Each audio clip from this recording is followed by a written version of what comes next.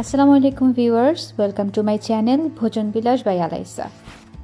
আমার আগের ভিডিওতে আপনারা দেখেছেন আমরা 4 ইউটিউবার বন্ধু মিলে একটা কোলাবোরেশন ভিডিও করেছি। সেই ভিডিও ধারাবাহিকতায় আমার আজকের ভিডিও।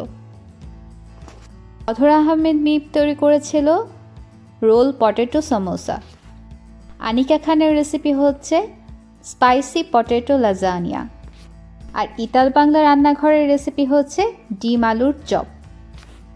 আর আমার রেসিপি হচ্ছে ঝটপট 2-3টা উপকরণে তৈরি আলু পাকোড়া।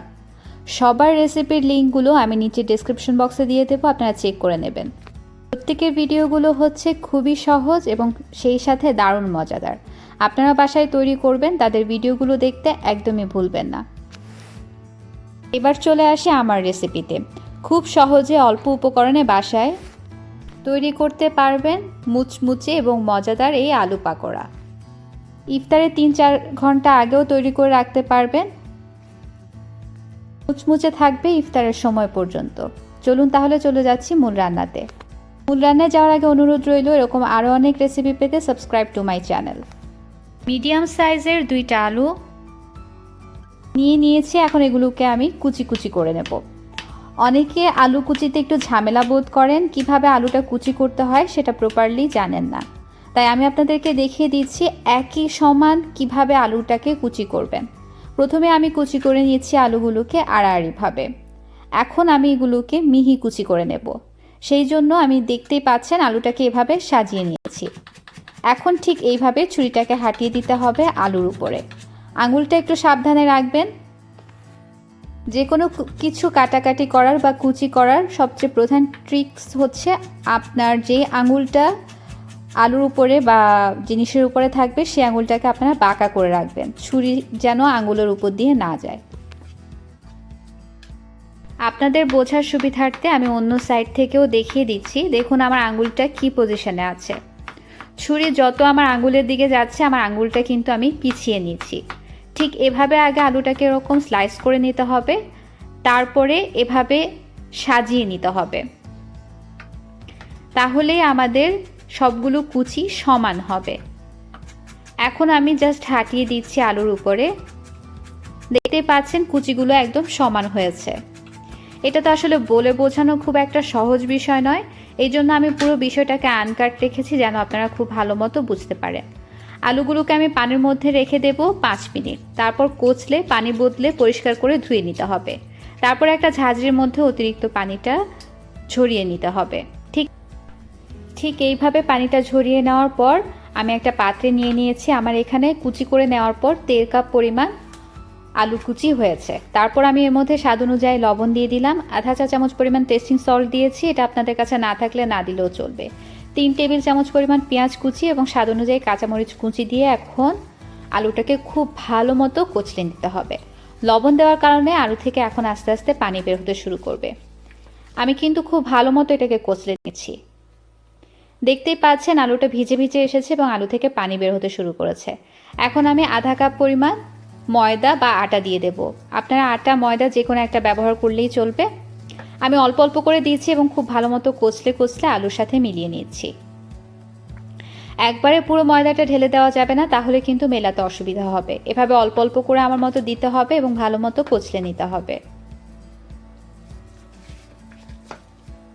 যখন এটা দেখতে এরকম হয়ে যাবে, একটু শক্ত মনে হবে এই পর্যায়ে, তখন আমি 1 টেবিল চামচ পানি দিয়ে দিয়েছি।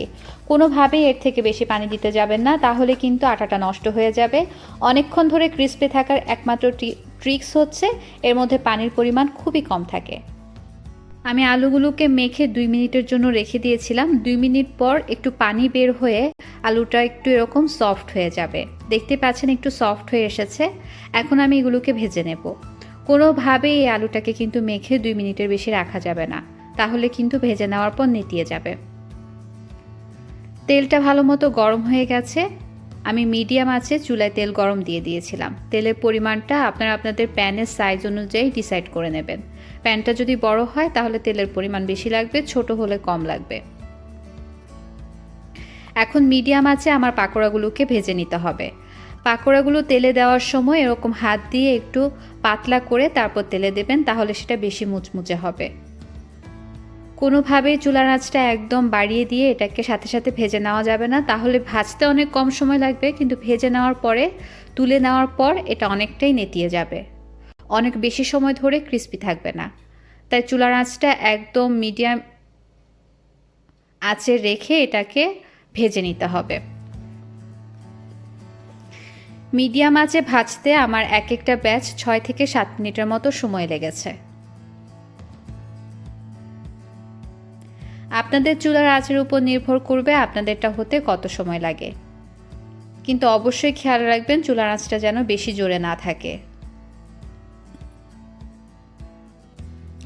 এগুলোকে ঠিক এভাবে উল্টে পাল্টে ভেজে নিতে হবে। কাঙ্ক্ষিত রঙের 70% যখন চুলায় হয়ে যাবে তখন আমি এগুলোকে তুলে নেব। এখন এগুলো ভাজতে ভাজতে আপনার যে অতিরিক্ত মিক্সচারটা থেকে যাবে আলুর, সেটা থেকে যদি অতিরিক্ত পানি বের হয়ে যায় তাহলে 1 থেকে 1.5 টেবিল চামচের মতো আবার আটা বা ময়দা সেই পাকোড়ার মিক্সচারে দিয়ে নেবেন। যদি পানি বের হয় তাহলে, যদি পানি বের না হয় তাহলে দেওয়ার কোনো প্রয়োজন নেই। আমি এখন আরও একটা ব্যাচ তেলের মধ্যে দিয়ে ভেজে নেব। দেখতেই পাচ্ছেন আমার তেলের টেম্পারেচারটা কিন্তু খুব একটা গরম নেই। অনেক সময় অতিরিক্ত আঁচে চুলায় পাকোড়া ভেজে নেওয়ার পরে তেলটা অনেক বেশি গরম হয়ে যায়, সেক্ষেত্রে তেলটাকে ঠান্ডা করে তারপর ভেজে নিতে হবে। আমি যেহেতু মিডিয়াম আঁচে ভেজেছি, আমার তেলটা অনেক বেশি গরম হয়নি, তাই আমি আরও একটা ব্যাচ ভেজে নিচ্ছি। দেখুন আমার এই মিক্সচারটা কিছুটা এরকম পানি একটু বেশি বের হয়ে গেছে। এখন আমি 1 থেকে 1.5 টেবিল চামচের মতো আবার এর মধ্যে ময়দা বা আটা দিয়ে নিচ্ছি, ঠিক এইভাবে। এটা কিন্তু আবার অনেকবার করা যাবে না, 1 থেকে 2 বার আপনারা করতে পারবেন।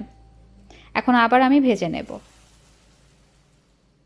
এতগুলা পাকোড়া ভেজে নেওয়ার পরও দেখুন আমার টিস্যুতে কত অল্প তেল রয়েছে। এর মধ্যে অর্ধেক তেল কিন্তু আমার চামচ থেকে টিস্যু শুষে নিয়েছে।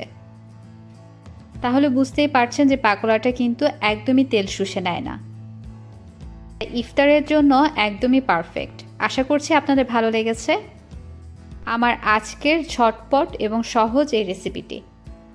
যদি ভালো লেগে থাকে একটা লাইক দিয়ে দেবেন, শেয়ার করতে পারেন আপনার বন্ধু এবং পরিবারের সবার সাথে। এরকম আরও অনেক রেসিপি পেতে সাবস্ক্রাইব টু মাই চ্যানেল। আমার সাথে যদি আপনারা ফেসবুকে কানেক্টেড থাকতে চান, আমার ফেসবুক পেজের লিঙ্ক এবং গ্রুপের লিঙ্ক ডেসক্রিপশন বক্সে দেওয়া আছে, আপনারা অ্যাড হয়ে থাকতে পারেন। আল্লাহ আপনাদের সবাইকে সহি সালামতে রাখুন। আমার এবং আমার পরিবারের জন্য দোয়া করবেন। আল্লাহ হাফেজ। Keep watching. ভোজন বিলাস ভাই আলাইসা।